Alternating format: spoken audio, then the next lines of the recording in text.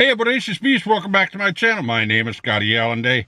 We have a Midnight Madness tonight. I've worked really hard on it. I've been really thinking about it, and I almost kind of regret wanting to do this video. My light is kind of funky tonight because I'm trying to, well, look at my notes in the dark when I move it back and forth from the light, and I get a little bit of a flash, so pardon me flashing you. So have you ever had to make a choice that could impact your life? What about big choices with almost no answers?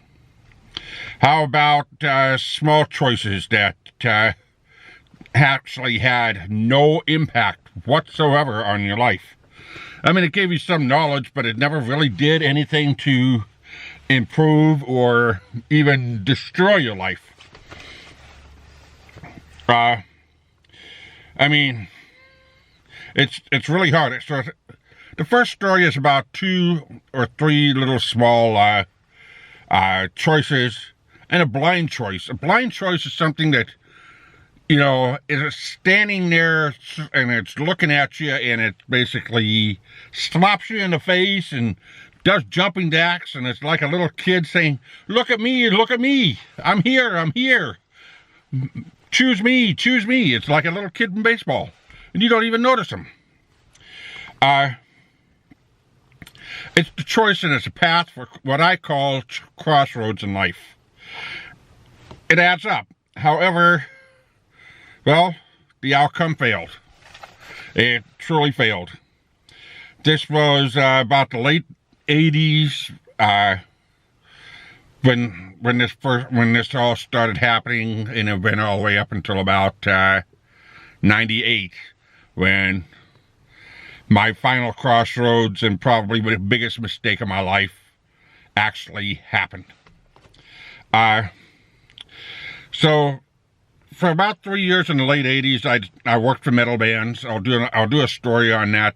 I mean, I really gotta focus on what I want to say, because there's some things that I should not say when I'm doing it, because it will impact and hurt others, and I don't want to impact or hurt others, especially when it was a big part of who I am. It was a big part of how I came out. It was a big part of how I developed, how I grew, how I became the person I am today. But I decided to return to school. I went back to community college. I decided to return to school. I went to the Job Corps, and I went to go and start learning my GED. Let me see if I have anything else on there. And, you know, with professions that, and the thing is it's really it's really hard when you're trying to choose a profession that's going to impact and control your life for the next century, or the next 30 to 40 years. And the things that I was learning when I was touring with metal bands and the concerts and the circuses and the ice shows and all that, well, if I would have stayed on that path, my life would have been totally different. If I had incorporated what I learned later on, my life would have been totally different. And I'm going to talk about that throughout the entire segment, so keep that in the back of your mind. Now, the first thing was I went to the Job Corps, and then I was originally interested in going and doing auto mechanics or auto body. But those 2 classes were booked solid. I wanted to go and do home builders, and that was booked solid. They had welding available, but I wasn't interested in welding. So I chose to do accounting and bookkeeping, get my GED. Actually, I didn't really know what I was doing. I was asking what I should be able to do, and they said, well, what do you... And they said, oh, you should do accounting. It's a really easy one to get in, and if you know your numbers and stuff.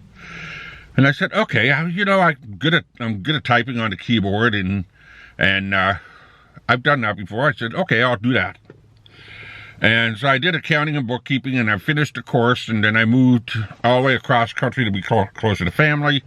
And I went in and I learned electronics assembly, because, you know, okay, 80s, 90s, computers were developing at a rapid pace. I I mean, I could get my foot in the door. I can make some good money. And accounting and bookkeeping, I could be somebody's personal accountant. I can make some good money. So I really worked hard and I accelerated through these courses. I really put everything I got into it. And then eventually I finished the classes and I finished up with the Job Corps, and then I started going out and trying to find work. And, I had a suit and tie on, and I was all, shaving a haircut, the whole two bits.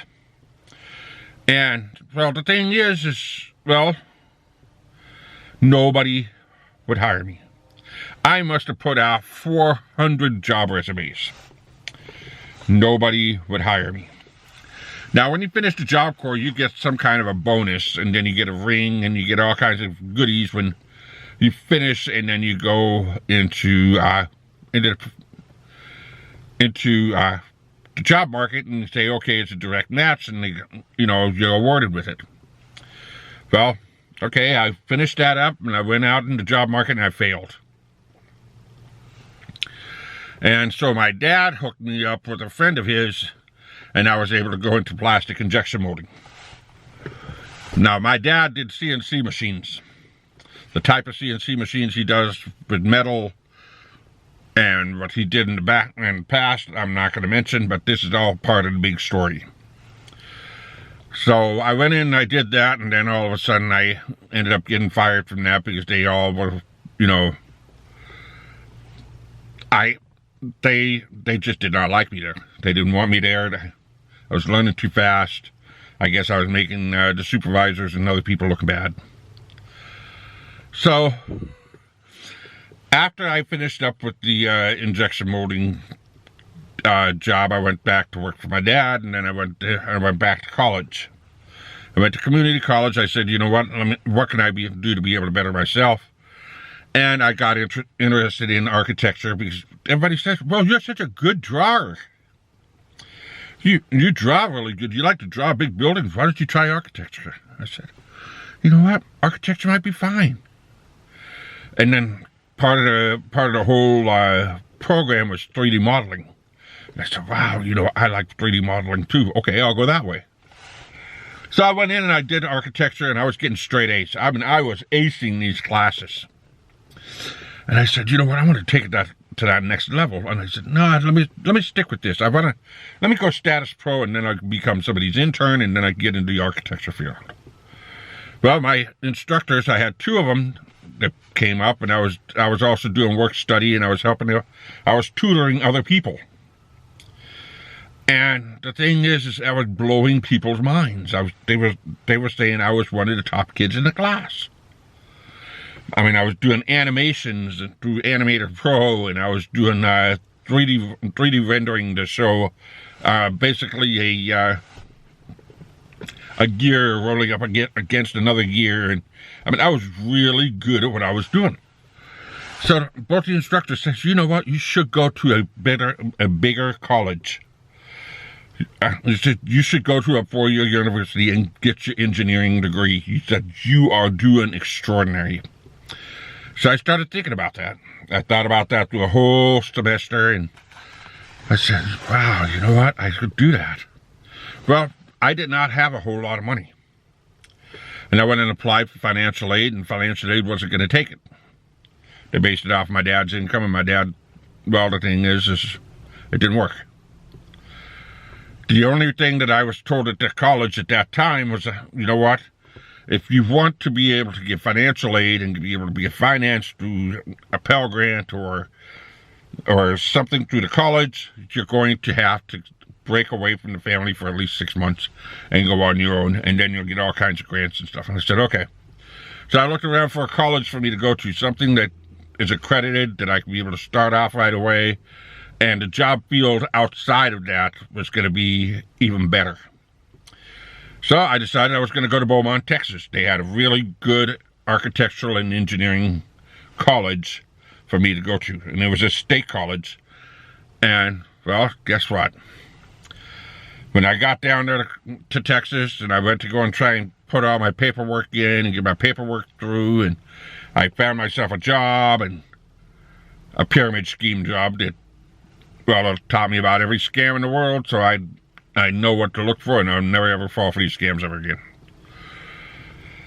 Well, the long story short was the person that I talked with and the financial aid person that I talked with my financial aid with the financial aid advisor from the college that I went to. Well, I went and I talked with them, and I found out this guy's a fraud. This guy wasn't even allowed to talk to anybody about financial aid. He was just basically blowing smoke. Well, needless to say, I never went to school. Never got to the college. My funds ran out. I ended up with absolutely nothing. And I was facing homelessness. Now, my pyramid scheme job, they said, well, we're going to help you out. You go down to Florida, you're going to, you learn to sell perfume better, and then you come back, and then you make all kinds of money. So I followed their advice and went and did that, and then made it to Florida, and then on the way back, my car blows up. Well, the water pump goes out, the oil pan goes out, and, well, my Chrysler LeBaron went up in smoke. I was left with nothing. No apartment. No nothing. Except for the clothes on my back and the clothes I packed. I was done. So I got out of the car and I said, well, I guess it's time for me to go. So I started hitchhiking to go back to Texas to hopefully try and put things together. So on my way back to Texas, all of a sudden a pickup truck picks up because I started hitchhiking across the country again. Just like I did when I was earlier before I started going and doing the concerts. And I started hitchhiking across the country again, and then a van pulls over, and the guy opens up the door and says, Scotty, about time we found you.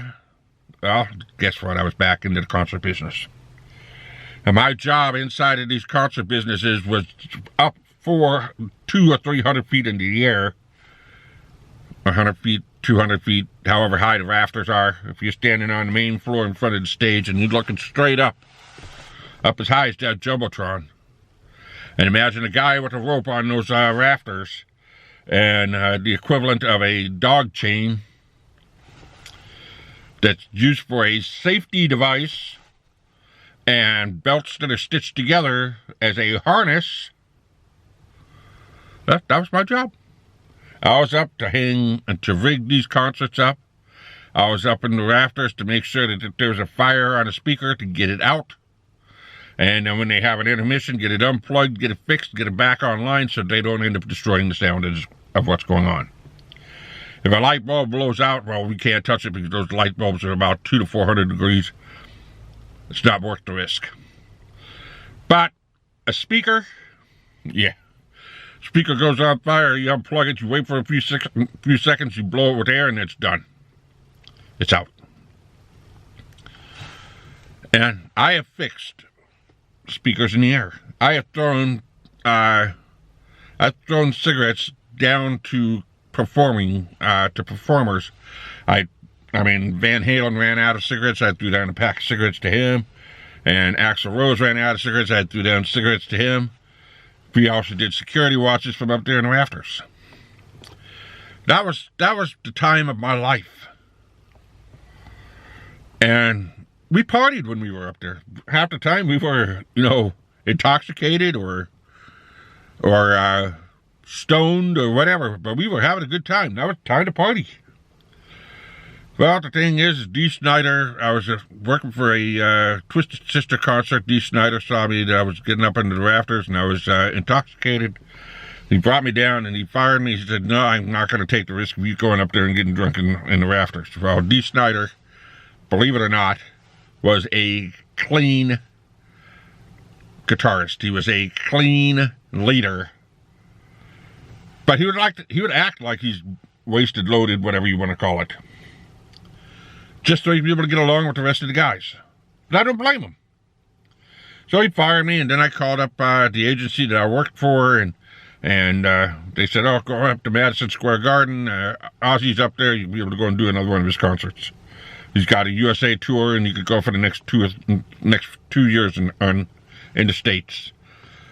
Well, I was good enough that, I mean, if once a gig was done, they tell me where to go, and I got to get there. This is the 80s and 90s. This is not where you're signed with a company and they're going to fly you everywhere you want to go. The only way they would fly me is if they had an emergency and they needed me down there because I was a technician. If their